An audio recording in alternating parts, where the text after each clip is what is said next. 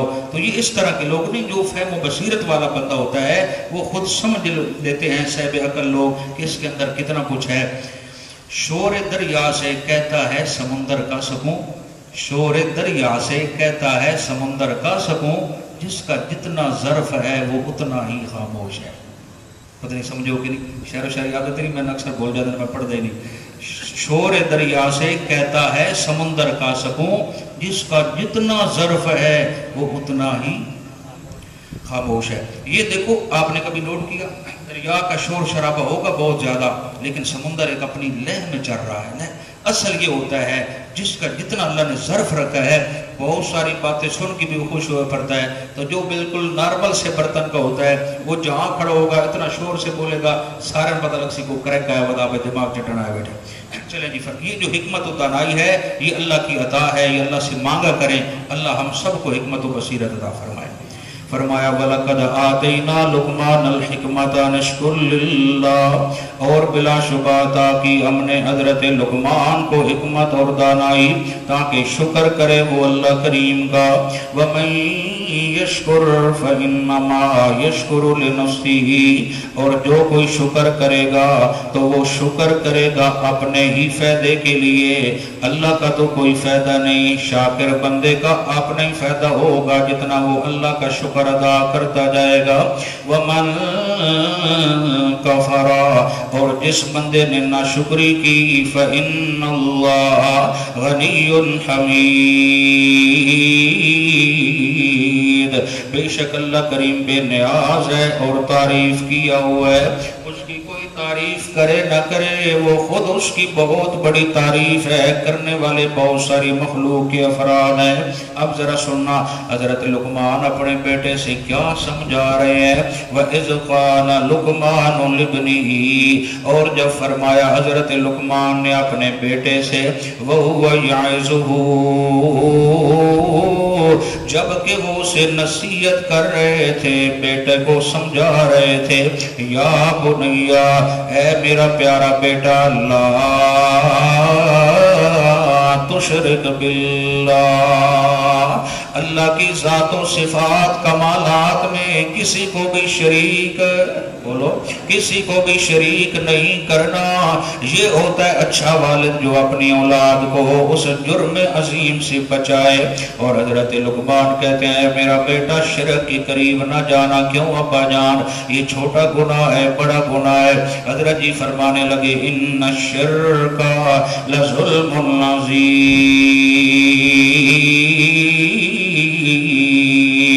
بے شک شرک تو بہت بڑا ظلم ہے. یہ ظلم کسے کہتے ہیں؟ وضع الشیء فی غیر محلہ. ایک محل، مثلا ایک ممبر ہے، ممبر پہ کسی ایسے بندے کو بٹھا دیا جائے جو پنچر لگانے والا ہے، نہ قرآن کو جانتا ہے نہ حدیث کو جانتا ہے. یہ ممبر کے ساتھ ظلم ہے. اگر مولانا صاحب کو ڈاکٹر صاحب کی سیٹ پہ بٹھا کے کہا جائے لوگوں ٹیکے ٹھوکیا ہوتے ماجلہ ٹھوکے سی اللہ کرے سی سارے اللہ نو پہ، تو یہ اس سیٹ کے ساتھ ظلم عظیم ہے. اسی طرح صدر وزیر اعظم کی کرسی پہ کسی جاہل یہودیوں کو ایجنٹ کو بٹھا دینا یا دین سے دور کو بٹھا دینا، یہ اس کرسی کے ساتھ ظلم ہے. اسی طرح جو معاملات ہیں جو جہاں ڈھکتا ہے وہیں اس کو بٹھایا جائے گا. اللہ فرماتے ہیں اگر تیرے بستر پہ، توجہ چاہتا ہوں، تیرا جو بستر خاص ہے وہاں کسی اور کو بٹھائیں گے تیری عزت کے ساتھ تو یہ ظلم ہوگا. آج سن میرا بندہ، ظلم کائنات میں بڑے ہیں. زنا بھی ظلم ہے، شراب بھی ظلم ہے، ناحق پیسہ کھانا بھی ظلم ہے، لیکن سب ظلموں سے بڑا جو ظلم ہے، ان الشرک لظلم عظیم.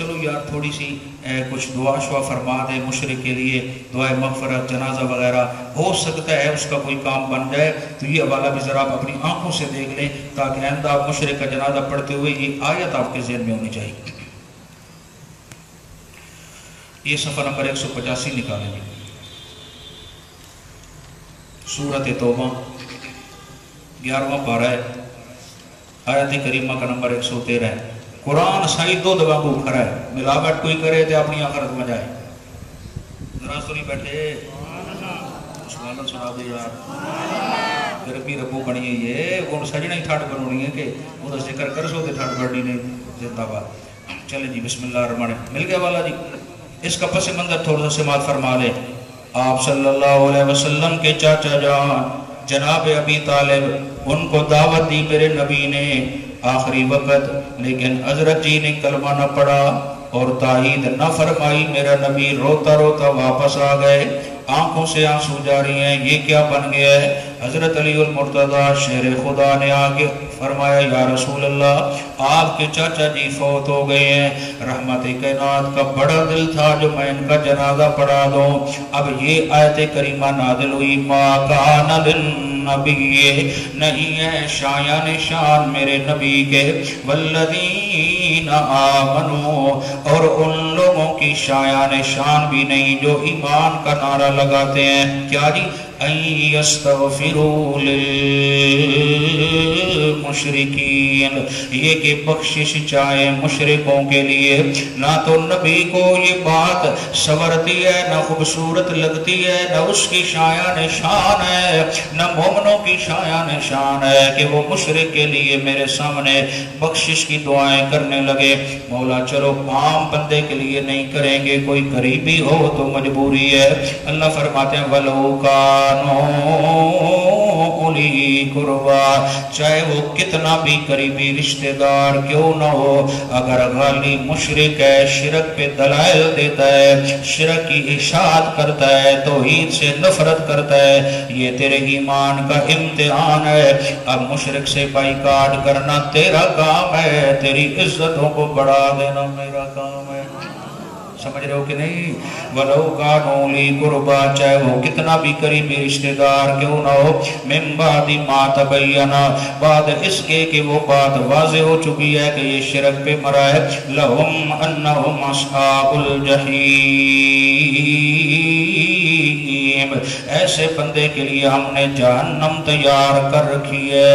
تو جو چاہتے ہو سناؤ کہ بس کرو یار، آپ پریشان ہیں، پتہ نہیں مسئلہ کوئی ذرا کڑوا محسوس ہو رہا ہے یا ویسے گرمی کی شدت ہے، تھوڑا سا بولتے تو رہے بھائی۔ اچھا یار اب تھوڑا سا آپ کو بتا دیں شرک ہوتا کیا ہے۔ شرک جو اتنی مذمت بیان کر رہے ہو، شرک نہیں کرنا، شرک بہت بڑا گناہ ہے، کرو گے مر جاؤ گے، سوئی کے سوراخ میں سے جیسے اونٹ کا گزرنا ناممکن ہے، ایسا جنت میں جانا مشرک کا ناممکن ہے۔ تو یہ ساری باتیں حضرت جی سنا رہے ہو، یہ بھی تو بتا دو کہ شرک ہوتا کیا ہے۔ لو جی آج دیکھ لیتے ہیں شرک کیا ہوتا ہے۔ ایک حوالہ نکالیں، صفحہ نمبر 278 سورۃ مریم۔